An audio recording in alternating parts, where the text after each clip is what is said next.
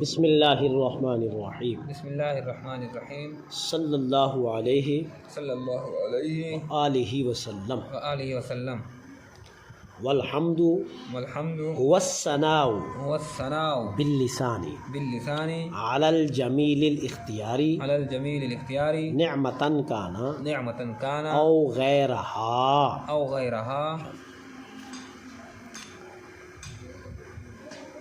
والحمد، یہ متن میں آیا ہے نا، علامہ سعد الدین تفتزانی رحمۃ اللہ تعالی علیہ نے فرمایا الحمدللہ. جی تو پہلے بتایا کہ مصنف نے اپنی کتاب کا آغاز الحمد سے کیا. کیوں کیا اس کی وجہ بتائی. جی پھر اس پر ایک سوال ہوا کہ ابتدا والی حدیث تو بسم اللہ اور حمد دونوں کے بارے میں ہے، جی تو پھر تطبیق کیسے ہوئی، اس کا جواب ہوا. اب یہاں سے مصنف رحمۃ اللہ تعالی علامہ یزدی رحمۃ اللہ تعالیٰ نے حمد کی تعریف کر رہے ہیں کہ حمد کسے کہتے ہیں، حمد کسے کہتے ہیں. کسے کہتے ہیں. بات سمجھ آ گئی نہیں میرے؟ حمد کی تعریف کرتے ہیں. جی میرے بھائی بات سمجھ آ گئی. جی حمد کی تعریف کیا ہے؟ الحمد هو الثناء باللسان علی الجمیل الاختیاری. حمد وہ الثناء کرنا ہے، هو الثناء وہ تعریف کرنا ہے، ثناء کا معنی تعریف کرنا ہے. باللسان زبان سے. جی ٹھیک ہے میرے بھائی، جی کس سے؟ زبان. زبان سے. علی الجمیل الاختیاری، جمیل الاختیاری اچھی اختیاری خوبی پر. جمیل کا معنی خوبی، جی اختیاری کا معنی اختیار. جی اچھی خوبی اختیاری پر. ٹھیک ہے. جی نعمتن کانا وغیرہا، آمزیں کہ اس کے مقابلے میں جو ہم تعریف کر رہے ہیں اس کے مقابلے میں نعمت ہو یا نہ ہو. جی ٹھیک ہے میرے بھائی. جی حمد کسے کہتے ہیں؟ زبان سے اللہ پاک نے جو انسان کو اختیار عطا کیا ہے، اس اپنے اختیار کے ذریعے زبان سے اللہ تبارک و تعالیٰ کی تعریف کرنے کا نام حمد ہے. بعض اوقات ایسا ہوتا ہے کہ بندہ کسی کی تعریف کرتا ہے تو اس کا اس پر احسان ہوتا ہے،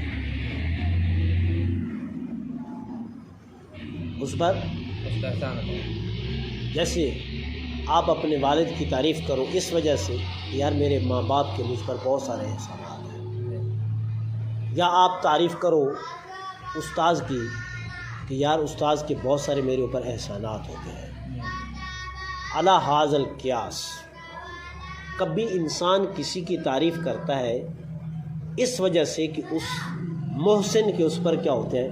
احسانات ہوتے ہیں. جی اور کبھی ایسا ہوتا ہے کہ انسان کسی کی تعریف کرتا ہے، آگے کسی کے اس پر احسان نہیں ہوتے، احسان نہیں ہوتے، نہیں ہوتے، اس کے احسان نہیں ہوتے، لیکن اس کے باوجود بندہ اس کی کیا کر دیتا ہے؟ تعریف کر دیتا ہے. تعریف کر دیتا ہے. وہ تعریف جو بمقابل احسان ہو جی اس کو شکر کہتے ہیں. جی اس کو کیا کہتے ہیں؟ شکر کہتے ہیں. اور وہ تعریف جو جس کے مقابل احسان ہو یا نہ ہو، محسن کی طرف سے کوئی نعمت ہو یا نہ ہو، جی اس کے مقابل جو تعریف کی جائے اس کو ثنا کہتے ہیں. جی اس کو کیا کہتے ہیں؟ ثنا کہتے ہیں. شکر خاص ہے، اور جو ہے حمد تعریف یہ جو ہے عام ہے.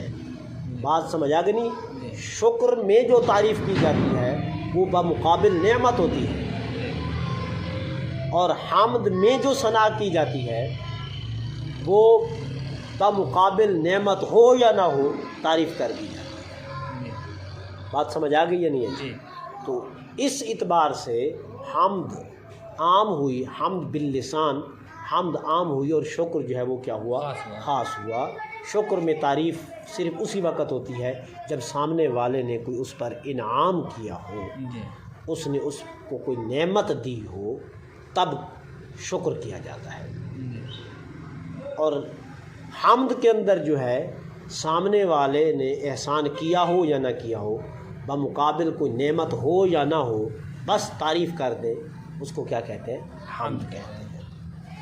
ٹھیک ہے، جی بات سمجھ آ گئی یا نہیں میرے بھائی؟ جی تو حمد کی تعریف کیا ہوئی؟ حمد والثناء باللسان، زبان سے تعریف کرنے کا نام حمد ہے۔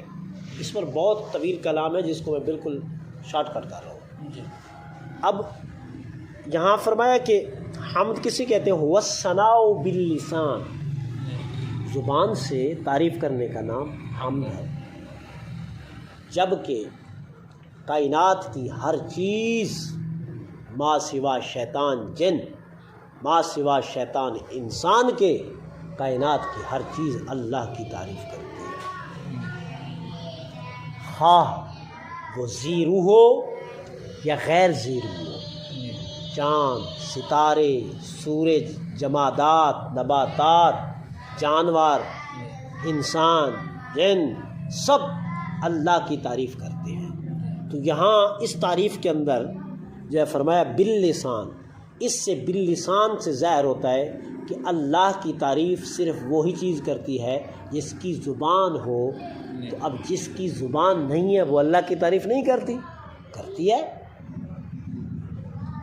یہ اینٹیں بھی اللہ کی تعریف کرتی ہیں، یہ ٹن کے بھی اللہ کی تعریف کرتے ہیں، درخت کے پتے بھی اللہ کی تسبیح بیان کرتے ہیں، دریاؤں کی موجیں بھی اللہ کی تسبیح بیان کرتی ہیں، ریت کے ذرات بھی اللہ کی تسبیح بیان کرتے ہیں، چاند سورج والشمس والقمر یسجدان، چاند اور سورج دونوں اللہ کو سجدہ کرتے ہیں، ستارے اللہ کو سجدہ کرتے ہیں۔ بات سمجھ آ گئی نہیں ہے؟ تو ان کی زبانیں تو نہیں ہیں۔ آپ نے پتھر کی زبان دیکھی ہے، درخت کی زبان دیکھی ہے، وغیرہ وغیرہ نہیں دیکھی۔ تو یہاں باللسان کہہ کر ان چیزوں کو خارج کر دیا جو بغیر اللسان ہے، جن کی زبان نہیں ہے، حالانکہ ایسا نہیں، وہ بھی اللہ کی تعریف کرتی ہے، وہ بھی اللہ کی تعریف کرتے ہیں۔ موسیٰ علیٰ نبینا علیہ الصلوۃ والسلام جا رہے تھے تو خیال آیا کہ صرف انسان ہی ہے جو اللہ کی تعریف کرتا ہے، خیال سے آیا، تو قضاء حاجت کی ضرورت پیش آئی، تو آپ قضاء حاجت کے لیے تشریف لے گئے، تو ایک ڈیلا اٹھانے لگے قضاء حاجت کو خشک کرنے کے لیے، اس ڈیلے سے آواز ہے اللہ، اس کو تو استعمال نہ کیا جائے کیونکہ یہ تو اللہ کا ذکر کر رہا ہے۔ پھر دوسرا ڈیلا استعمال کیا، تو دوسرے ڈیلے کو ہاتھ لگایا، اس سے بھی اللہ کی آواز آئی۔ پریشان ہو گئی، بھائی قضاء حاجت کس چیز سے خوش کی جائے؟ تو میں تو جس کو ہاتھ لگاتا ہوں اسی سے کس کی آواز آتی ہے؟ اللہ کی آواز آتی ہے۔ اللہ کی آواز آتی ہے۔ تو وہ تو بغیر اللسان تھی۔ پھر اللہ سے دعا مانگی، اے باری تعالیٰ تو ہی بہتر جانتا ہے، تیرے ہر کام میں حکمت ہوتی ہے، اگر ہر چیز سے اظہار ذکر ہو جائے، جو وہ ذکر کرتی ہیں اگر اس چیز کا اظہار ہو جائے، ظاہر ہو جائے، تو پھر کوئی چیز قابل استعمال نہیں رہے گی، ادباً ہمیں استعمال نہیں کرے گی۔ اس وجہ سے جن چیزوں میں ذکر تو نے مخفی رکھا ان میں بھی حکمت ہے، اور جن میں تو نے ظاہر کرنے کی طاقت رکھی ان میں بھی تیری حکمت ہے، تو ہی بہتر جانتا ہے۔ پھر جا رہے تھے تو خیال آیا کہ ذکر جو ہے صرف انسان ہی کرتا ہے، تو دریا سے ایک مخلوق ظاہر ہوئی جو غیر انسانی مخلوق تھی، ٹھیک ہے، سبز لباس کے اندر، اور سب کی زبان پر اللہ اللہ کا ذکر جاری تھا۔ تو اب یہاں مصنف نے جو علامہ یزدی نے جو حمد کی تعریف کی ہے، فرمایا الحمد هو اللسان باللسان، یہ تعریف جو ہے یہ جامع افراد ہی نہیں ہے، اس لیے کہ اس تعریف کے اندر صرف وہی فرد داخل ہو جاتے ہیں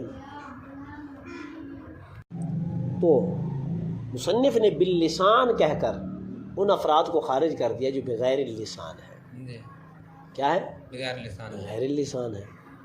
تو یہ تو تعریف جامع افراد ہی نہیں ہوئی. جی تو اس کا جواب یہ ہے کہ یہاں باللسان سے مراد یہ زبان کا لوتھڑا نہیں ہے جی جو آپ سمجھ رہے ہیں.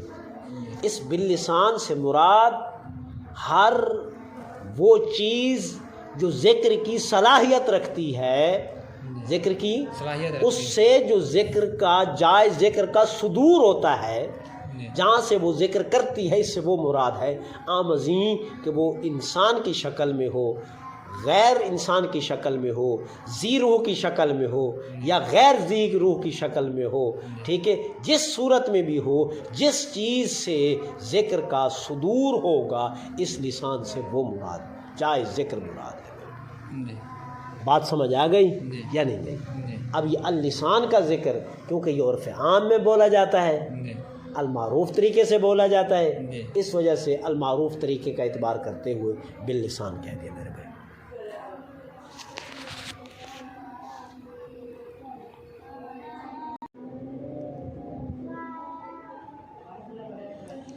تو باللسان سے مراد عام ہے کہ ہر وہ چیز جو ذکر کی صلاحیت رکھتی ہے، تو اس سے مراد وہ ذکر کے صدور کی جگہ ہے.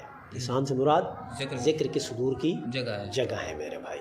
عام ازیں کہ وہ باللسان ہو یا بغیر اللسان ہو، ذی روح ہو یا غیر ذی روح ہو. مگر علی الجمیل الاختیاری، اب جمیل اختیاری یعنی اختیار کا لفظ استعمال کر کے ان کو خارج کر دیا کہ اللہ نے ہر نعمت انسان پر کر کے اسے تخلیق کر کے، کوئی کائنات میں یہ کہہ نہیں سکتا کہ ہم جو ہے اللہ کی تعریف اس لیے کر رہے ہیں، اس کی نعمت تو کوئی ہم پر نہیں ہے، اس کا احسان تو نہیں، ویسے ہم تعریف کر رہے ہیں. کوئی کائنات میں ایسا چیلنج نہیں کر سکتا، کافر ہو، مسلم ہو، غیر مسلم ہو، جاندار ہو یا غیر جاندار ہو، ہر ایک چیز پر کروڑہا اللہ کی نعمتیں موجود ہیں. اس کے بعد اللہ نے انسان کو ایک اختیاری شکل دے دی ہے کہ اگر تو میری تعریف کرے گا تو اس میں فائدہ تیرا ہوگا، نہیں کرے گا تو نقصان بھی تیرا ہوگا. تیری تعریف کرنے سے صرف اتنا ہوگا کہ میں خوش ہو جاؤں گا، باقی یہ نہیں ہے کہ تو میری تعریف کرے گا تو میرا نام بڑھ جائے گا یا میرا مقام اونچا ہو جائے گا یا ایسا ہو جائے گا، ایسا نہیں ہے. ٹھیک ہے، تو اب وہ تعریف جو بخوشی سے اس الہ کی تعریف کی جائے اس کو جمیل اختیاری کہتے ہیں. اس کو کیا کہتے ہیں؟ جمیل اختیاری کہتے ہیں میرے بھائی. اس کے مطابق تعریف باللسان کرنا، تعریف کرنا، ٹھیک ہے نا میرے بھائی.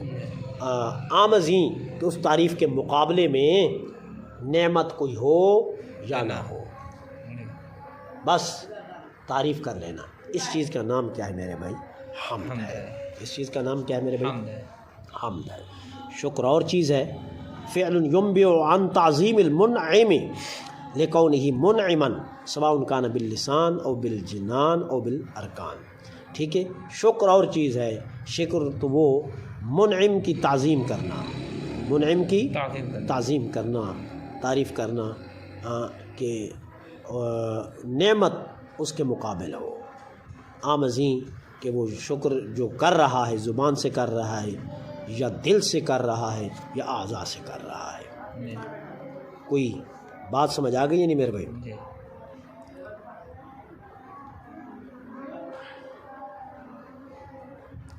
تو اس پر یہ اعتراض باللسان کا ہوا ہے، ٹھیک ہے نا.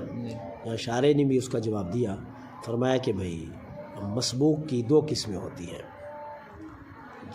الاختیاری کے دو معنی ہیں، مسبوق بالارادہ، ٹھیک ہے نا میرے بھائی، اور یعنی ارادے سے سبقت کرنا، ارادے سے یعنی بالارادہ تعریف کرنا. دوسرا وہ فعل جس کا فاعل مختار ہو، وہ فعل جس کا فاعل مختار ہو. تو اس مقام پر دوسرا معنی مراد ہے جس پر کسی قسم کا کوئی اعتراض نہیں ہو سکتا میرے بھائی، وغیرہ وغیرہ. آگے چلیں، اتنا کافی ہے میرے بھائی. کافی ہے ہیں؟ جی چلو، تو سبق کا خلاصہ کیا ہوا؟ خلاصہ کلام یہ ہوا کہ خوبی اختیاری پر زبان سے تعریف کرنا بمقابل نعمت ہو یا نہ ہو، اس چیز کا نام کیا ہے میرے بھائی؟